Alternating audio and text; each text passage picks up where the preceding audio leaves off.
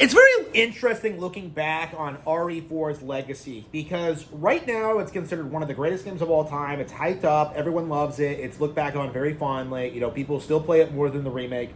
It's very easy to forget that this was a GameCube exclusive. And in fact, this is a fact that is pretty heavily downplayed by the community at large and is not brought up or addressed or kind of talked about. And it's interesting going back and playing RE Remake for the first time and kind of thinking about my relationship with RE4 because, I've always liked the game. I've always thought it was good. I come back to it, pretty frequently. It's a reasonably good game to, pop in and just do a quick run on, okay?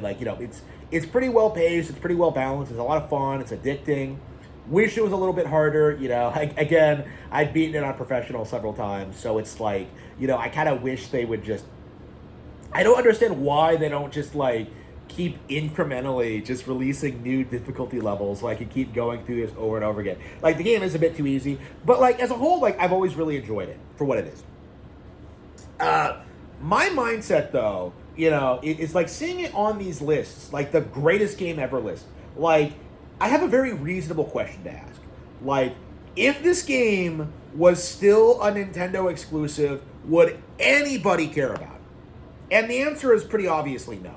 Okay, if you look at, the games say, the original Resident Evil remake, games like Resident Evil 0, when you look at, Code Veronica, which was a Dreamcast exclusive, what you tend to notice, the things that you do tend to see is that if it's not on a PlayStation console, it doesn't get the attention or praise from the masses. So Resident Evil 4 was originally a GameCube game, and then got an inferior port on the PS2, and then was allowed to be hyped, then was allowed to be worshipped. Before it came out on GameCube, everyone was shitting on it and saying it was going to be bad and that Nintendo was wasting their time with it, that Capcom could have made it for a real console. But RE4 was way better looking and way more appealing than pretty much anything on the PS2 at that time. And of course the actual GameCube version of RE4 was better than the PS2 version.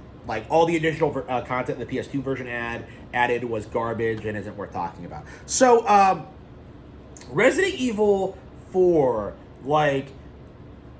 is not as good as other GameCube games.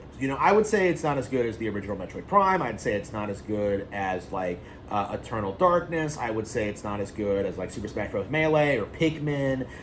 There are so many, Nintendo Luigi's Mansion. There are so many Nintendo GameCube games that I've gone back to and played way more than I've ever played Resident Evil 4. In fact, when I first played Resident Evil 4, I thought it was very overrated because I had played so many other GameCube games that were so much better. But, the GameCube games, very stereotypically, have always been downplayed and ignored. If it's a Nintendo game, if it's on a Nintendo console, the masses just don't play it. And then you see, weird situations arise where, lesser RE4s come out, games like Dead Space and Gears of War, and, the industry starts glazing those, while, the better Nintendo games continue to come out and be made, and nobody really cares about them. Games like Super Mario Galaxy, Twilight Princess, games like Wii Sports, how many people, attacked Wii Sports when it came out and called it a tech demo, and now it's, one of the most beloved games ever made. Again, the difference is, very, very striking, is that Resident Evil 4 was allowed to be successful because it was a third-party game, because it was ported to the PlayStation, because it was mature, and because it had, everything in it was brown, okay? Realistic is brown.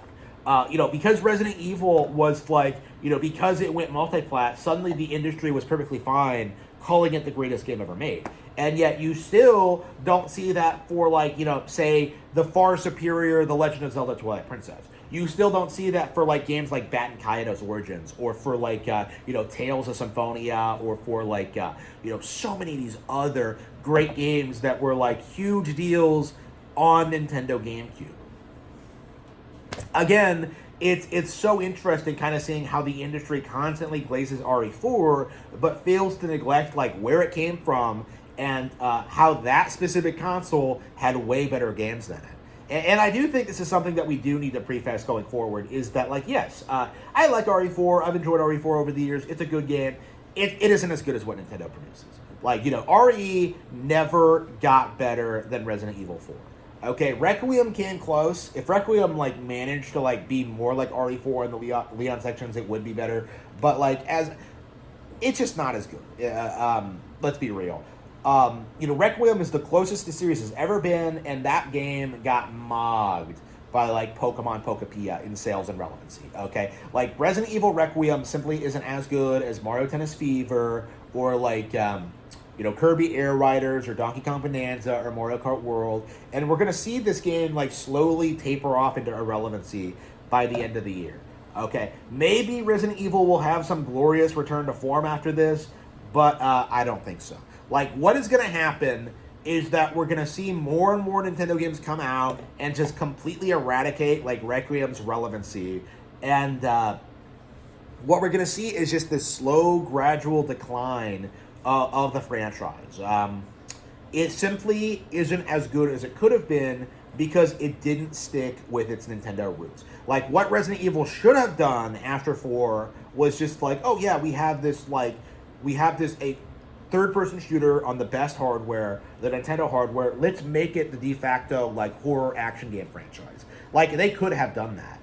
Like Resident Evil was a huge thing on GameCube. Like, it was still the peak era it's still to this day the peak era for that franchise, right? There were so many great Resident Evil games launching on GameCube at that time, and then, like, because of the multiplats, because of the PlayStations, because of the audience refusing to acknowledge the superiority of the Nintendo GameCube, how it was far more powerful and a far better console than the PlayStation 3, we got Resident Evil 5. A complete disaster that butchered 4, that completely destroyed it, and completely killed all momentum the Resident Evil brand had.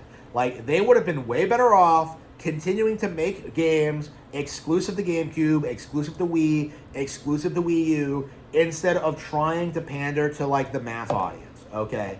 Like, they put out, like, the worst Resident Evil games ever in this period. And it wasn't until they came back to Nintendo with Requiem that they suddenly started, like, regaining a little bit of that original spark, like, a little bit of that relevancy. Like, the simple fact of the matter is, this could have been a big video game franchise.